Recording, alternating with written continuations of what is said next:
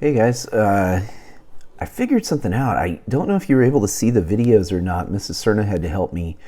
I hadn't been posting in public. I guess I'd been pushing the wrong button or doing something wrong. So hopefully the videos are back public. You guys should be able to see them. And sorry if you missed a couple days. I'm going to make sure when I upload today that I double check.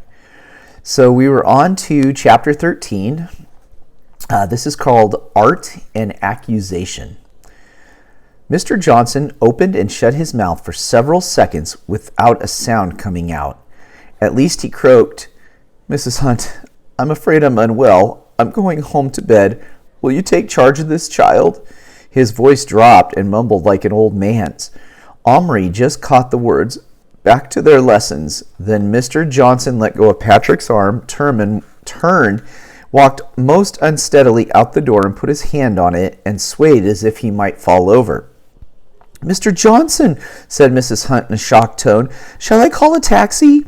No, I'll be all right," said the headmaster without looking back, tottered into the corridor. Tottered mean kind of staggered. "Well," exclaimed Mrs. Hunt, "whatever have you been doing to the poor man?" Neither of them answered. Omri was staring at Patrick, or rather at his pocket. Patrick's shoulders were heaving, and he was not looking at anybody. Mrs. Hunt was obviously flummoxed. There's a word I've heard before, but I don't remember what that means. There's our challenge for today, is to look up the word flummoxed. I'm guessing upset or bothered or something like that, but we'll look it up. "Well, you'd better go to the toilet and wash your faces, both of you." And when they say the toilet, they don't mean like go put your hands in the toilet and wash your face with that water. In other countries, that's what they call the restroom or the bathroom. "And then go back to your class as fast as you can." She, in her funny old-fashioned way, "Run along." They needed no second telling. Neither of them said a word until they were in the boys' toilet. Patrick went straight to the basin and began running the cold water. Basin's another word for the sink. He splashed some onto his face, getting his collar soaked. Omri stood watching him. Obviously, he was as upset as Omri, if not more so. Once again, Omri felt their friendship trembling at the edge of destruction. He drew a deep breath. "You showed him," he said in a trembling voice. Patrick said nothing. He dried his face on the roller towel, and he was still gasping away as one does when one's been crying. "Give them back to me, both of them." Patrick reached slowly into his pocket. He put his hand backward. Omri looked as his fingers slowly opened. Little Bear and Boone were sitting there, absolutely terrified. They were actually clinging to each other. Even Little Bear was hiding his face, and they were both trembling. With infinite slowness and care, as not to frighten them more, Omri took them into his own hand. "It's all right," he whispered, bringing them near to his face. "Please, it's all right." Then he put them carefully in his pocket and said to Patrick in a low voice, "You stupid fool." Wow. Patrick turned. His face gave Omri more of a jolt than Mr. Johnson's had. It was a white mottled red with swollen eyes. "I had to," he said. "I had to. He'd have phoned my dad. They'd have made me tell in the end. Anyhow, he didn't believe in them. He thought he was seeing things. He just stood there gaping at them. He didn't even touch them. When they moved, he gave a yell, and I thought he was going to fall over. He went white as a ghost. You saw. He didn't believe his eyes, Omri. Honest. He'll think he dreamed it." Omri went on looking at him stonily.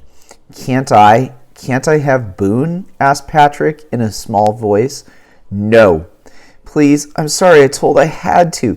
They're not safe with you. You use them. They're people. You can't use people."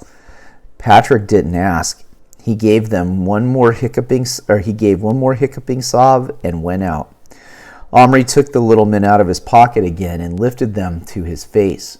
Boone was lying flat on his front, holding his big hat down over his ears as if trying to shut out the world. But Little Bear stood up. "Big man shout, give fear," he said angrily. "Small ears, big noise, no good."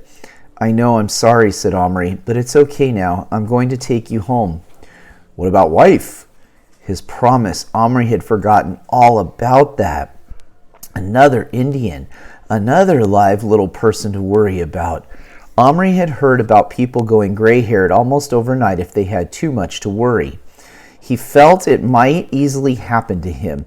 He thought back to the time only a few days ago when this had all started. He had fondly imagined it was all going to be the greatest fun anybody had ever had. Now he realized that this was more like a nightmare. But Little Bear was looking at him challengingly. He had promised. Right after school, he said, "We'll go to the shop." There was still another hour of lessons to be got through. Fortunately, it was 2 periods of art. In the art room, you could go away into a corner and even sit with your back turned to each other if you liked. Omri went to the farthest, darkest corner. Omri, don't try to draw there," said the art teacher. "You're in your own light. It's bad for your eyes." "I'm going to draw something huge anyway," said Omri. All of the others sat near the long windows. He was quite alone, and if the teacher approached him, he would hear her feet on the bare floor. He suddenly felt he simply must get a little fun out of this somehow. He cautiously fished Little Bear and Boone out of his pocket. They stood on the sheet of white drawing paper as if on a stretch of snow and looked about them. "This school place?" asked Little Bear. "Yes, shh. Sure don't look much like school. Sure don't look much like the school I went to," exclaimed Boone. "Where's the rows of desks? Where's the slate and bit of chalk? Well, why ain't the teacher talking?" We're doing art.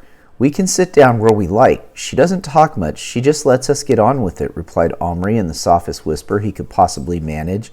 "Art, asked Boone, brightening up. "Say, that was my best subject. I always was on top of art. Only thing was any good at it all. Still draw might when I gets a chance, and if ain't nobody around to laugh at me." He reached into the pocket of his own tiny jeans and fished out the stub of a pencil almost too small to see. Can I draw a mite on your paper?" he asked. Omri nodded. Boone strode to the very center of the paper, looked all around the white expanse stretching away from him in every direction, and gave a deep sigh of satisfaction. Then he knelt down and began to draw. Little Bear and Omri watched. From the microscopic point of Boone's pencil, there developed a most amazing scene.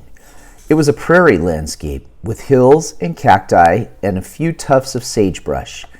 Boone sketched in, with sure strokes, some wooden buildings such as Omri had often seen in cowboy films, a saloon with a swinging sign reading "Golden Dollar Saloon" in twirly writing, a post office and general store, a livery stable, and a stone house with a barred windows and a sign saying "Jail." Then, moving swiftly onto his knees, as it were from one end of his street to another, Boone drew the foreground, figures of men and women, wagons, horses, dogs, and all of the trappings of a little town. From Boone's point of view, he was drawing something quite large, making the best to use this vast piece of paper, but from Omri's, the drawing was minute, perfect in its detailing, but smaller than any human hand could possibly have made it. He and Little Bear watched, fascinated. "Boone, you're an artist," Omri breathed at last, when Boone had even made the mud on the uneven paved street look real. Little Bear grunted. "But not like real place," he said. Boone didn't trouble to answer. In fact, he was so absorbed he probably didn't hear Little Bear, but Omri frowned. Then he understood. Of course, Boone's town was part of an America that was not thought of during Little Bear's time. "Boone," he whispered, bending down, "what year is it in your town, in your time?" "Last time I saw a newspaper, it was 1889, said Boone. "There, that's my drawing. Not bad, huh?" "It's absolutely brilliant," said Omri, enthralled. "Omri!" Omri jumped. With his two hands instantly cupped themselves over the two men.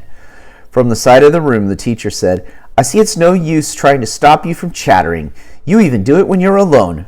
Bring me your picture." For a moment, Omri hesitated, but it was too marvelous to be passed up.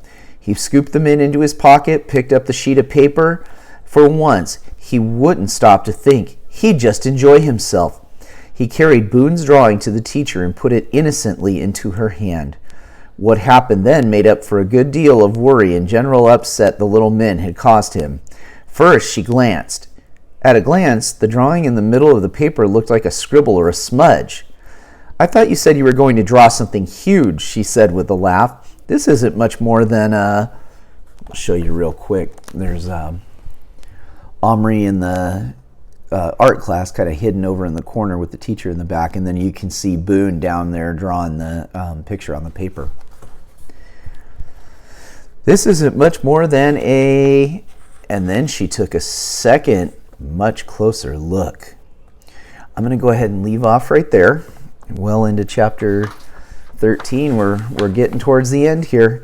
I'm going to make sure, like I said, that I share this as a public video today, so I make sure you guys can see it as soon as it gets up there, and hopefully you're able to catch up on the videos that I missed. You guys have a great night. Stay safe. We'll see you.